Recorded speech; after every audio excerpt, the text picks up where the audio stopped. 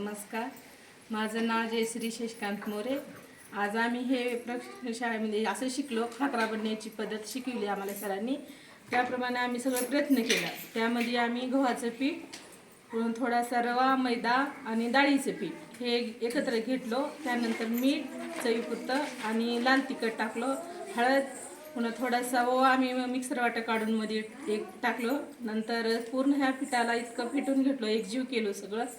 सोयाबीनचं पण पीठ टाकलं, सॉरी चुकलं माझं सोयाबीन पीठ टाकलं मध्ये। नंतर सगळं एकजीव करून घेतलो पीठ आणि पुन्हा नंतर डालडा टाकून पूर्ण असं गोळा बनवूपर्यंत त्याला असं चुरून घेतलो।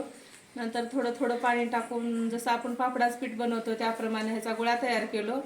नंतर हे छोटे छोटे असं गोळे करून पुऱ्याप्रमाणे आम्ही लाटून घेतलो। ह्याला तव्यावरती टाकून डालडा टाकून थोडं थोडं असं शेकून शेकलो असं की ते असं कडक हो आणि कुरकुरीत अशा प्रमाणे आम्ही ह्याला शेकून घेतलो तयार करून।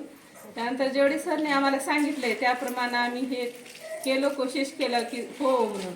पण काही जमलं असेल अथवा न जमलं असेल त्यासाठी आम्ही क्षमा मागतो।